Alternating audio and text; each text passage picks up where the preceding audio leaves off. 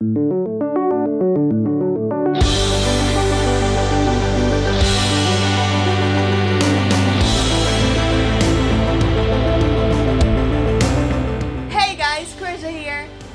of all, I want to thank everybody who watched my past videos, and I hope you guys continue supporting me. It means a lot. I will be posting more, so watch out for them. So anyway, let's get strange. Oh, and before I forget, if you haven't seen this show or you're still planning to watch it, major spoilers ahead. You've been warned. For this episode, I will be talking about some strange things. Yeah, Stranger Things. Actually, Stranger Things. Anyway, can I just say, I love this sweater. It's so cool, so nice. I also designed my wall, kinda, and also put up some Christmas lights like the one that Joyce had. First, let's talk about how genius this show is. Like, most of you know that last year, the first season of Stranger Things was released, and then just a few weeks back was the second season. What can I say? The first scene, the first 5 minutes, I have a lot of questions already. We need season 3, like today, like tomorrow, or whatever. We need it already. We need answers. So many questions, so I will be sharing with you guys my insights, my reviews, my reactions, my theories, my fair share of some Easter eggs and parallels. I don't know if you guys already saw some, but let's discuss. By the way, can I just say, nothing, I repeat, nothing is ever random in this show. That's why it's...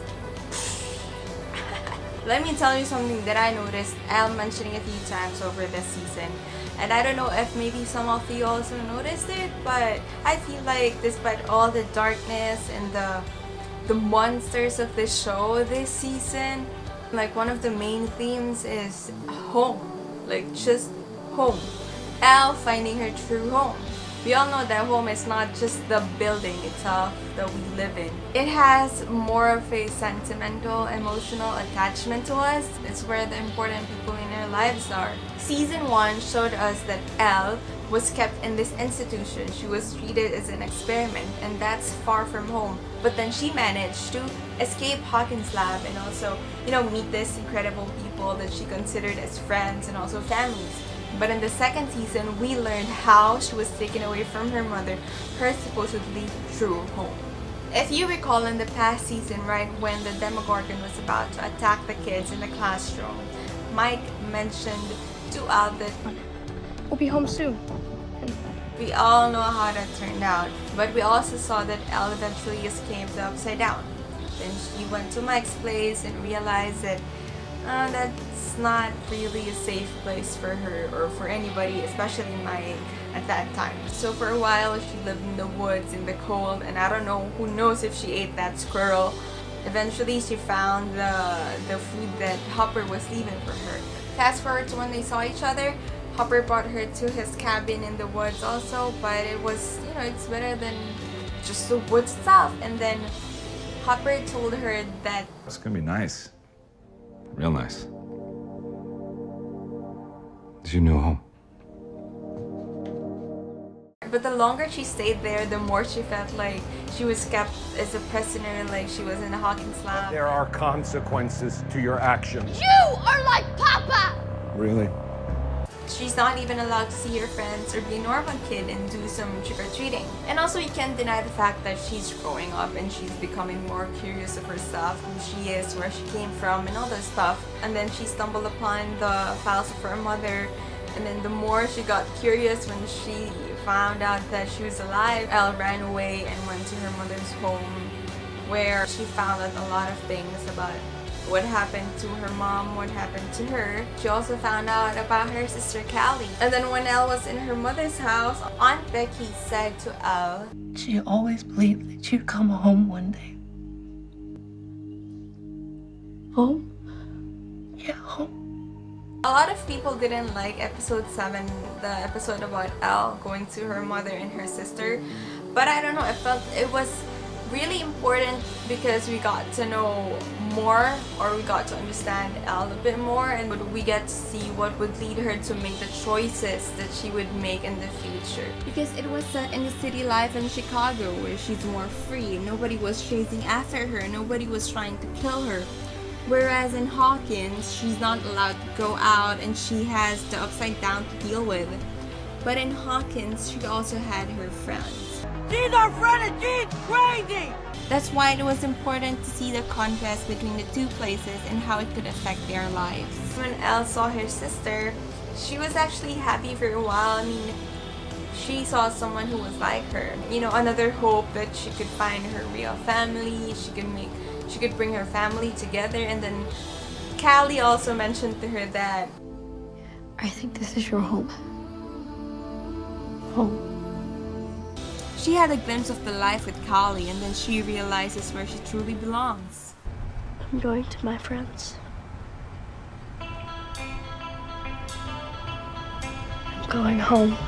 Basically, this little journey of Elle was her trying to find, like I said, her true home, and then she realizes in the end that her home is where her friends are, the people that she really considers as her family.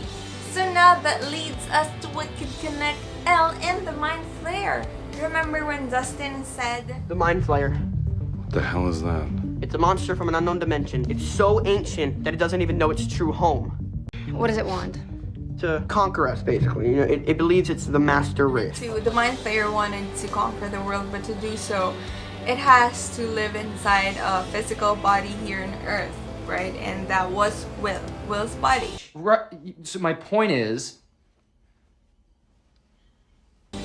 Maybe it's just coincidence, or is Elle really connected to the Mind Flayer or the Upside Down? They both don't know their true home. They both have psionic powers, like what Murray mentioned to Hopper. A girl who may have psionic abilities. Psionic. Psychic. And also when the kids describe about the Mind Flayer. Okay, it enslaves races of other dimensions by taking over their brains using its highly developed psionic powers. But there's also this question, is Elle also connected to the Demogorgon? In Dungeons and Dragons, the Demogorgon has two heads. They both have different personalities and even different names, and they are both trying to kill each other, but they can't because they are somehow connected. If you really want to kill the other, you have to die also. So is Elle some kind of a Horcrux if she is connected to the Demogorgon? Like Harry Potter has to die so that Voldemort can die, and you know. But here's something interesting. Remember in the first season when the Demogorgon was chasing after Will, and then the shot was this one? And then in the end of the 8th episode this season, when Elle was about to face her friends, this was the shot. Maybe it's just coincidence, or is it trying to tell something? And Elle has the closest powers to what the Demogorgon or what the Mind Flayer, whatever hidden in the Upside Down, and also she's the one who was able to open and close the gate. If not knowing their true home is Elle and the Mind Flayer's similarity, I feel like it is also their weakness, not knowing their home. Remember when Elle was looking for her sister and her mother, we saw her vulnerable side. And then when the Mind Flayer was in Will's body, it was stronger. And then when it left and came face to face with Elle, obviously Elle defeated the Mind Flayer. The difference that happened is that Elle knew where her home really is, and the Mind Flayer was, you know, not welcome in Will's body. So aside from Elle channeling her anger to give her more power, not to sound sentimental or cliche or anything, but I felt when Elle realized where her true home is, and when she realized that her friends could also be her family, that gave her, you know, more strength to defeat the Mind Flayer. One more thing, when Elle was fighting with the Mind Flayer, she was having these flashbacks of Papa telling her that she has a wound. A terrible wound, and it's festering. and it will grow. Spread. It will kill you. So what is that wound? Is it the actual gate, since it kind of looks like the opening of the wound? Or it has something to do with the upside down? The actual upside down itself, because remember when Dr. Owens told Nancy and Jonathan about it spreading. But we can stop it from spreading. It's like pulling weeds. And then he said the same thing to Hopper when Dr. Owens brought him to the upside down. It's pretty impressive, isn't it? It's been spreading. And I noticed the shot when they're about to show Ella inside Collie's room. You would see the word Glypho outside of it twice. I don't know, maybe it's also coincidence, but like I said, nothing is ever random in this show. But I did some research and found out that Glypho could also be glyphosate, which is a herbicide that if you don't use correctly could kill the plants. I remember in the first part of the season, they showed that pumpkins were killed in some people's farms in Hawkins. Then later on we found out that the cause of those killings was the upside down. Glyphosate could also be used for pumpkins, and like I said, you should use it correctly or else it will kill the plants. There are also talks that glyphosate can be harmful to people. Right. So my point is,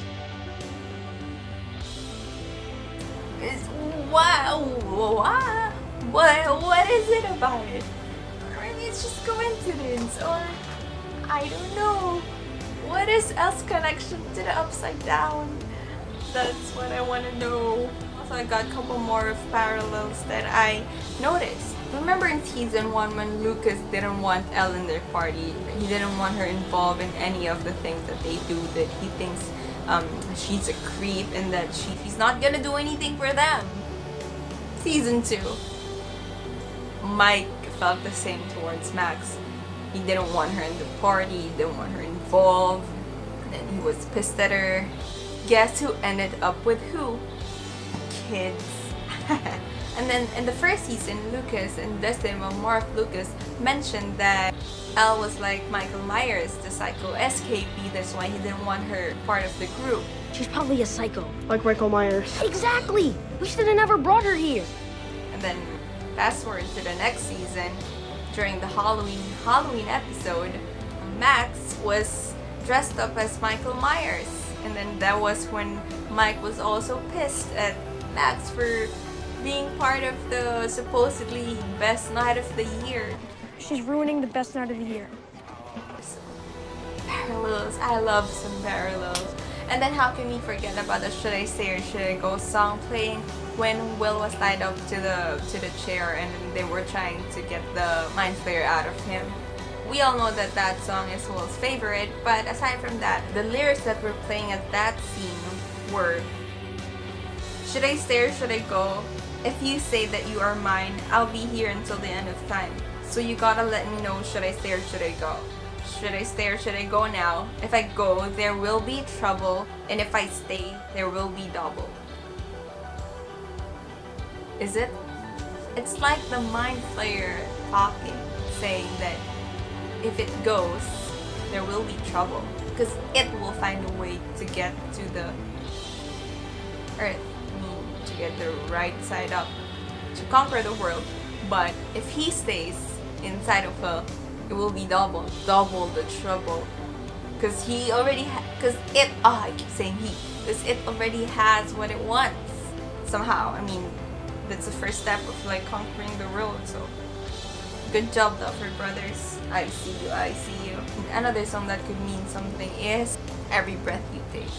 It's a stalker song, we all know that. I'll be watching you, that could be the Mind Flayer talking. But as the camera zooms out of the whole snowball scene, it was just left instrumental. And then just when the camera was about to turn upside down, the lyrics that played were,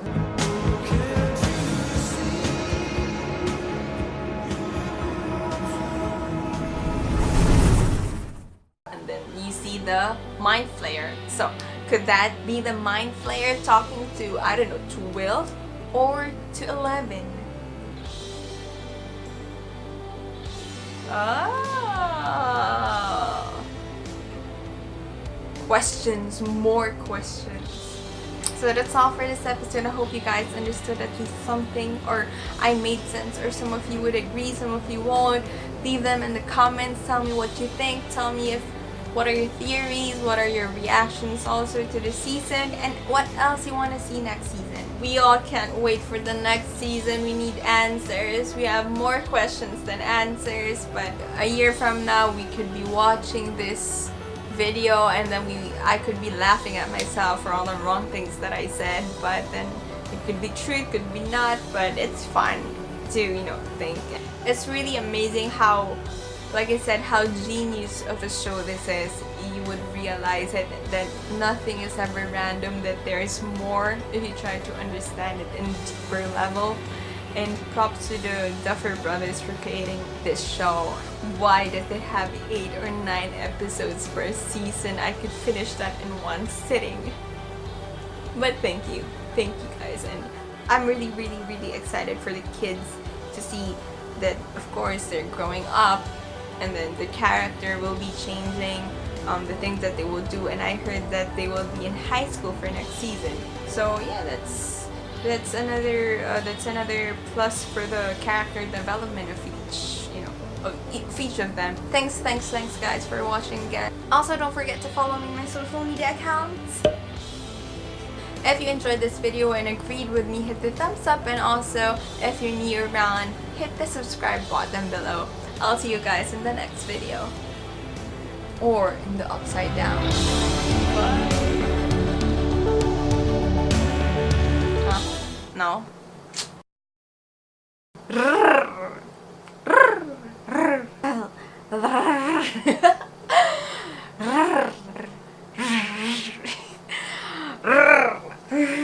How the hell do you do it, Gaiden?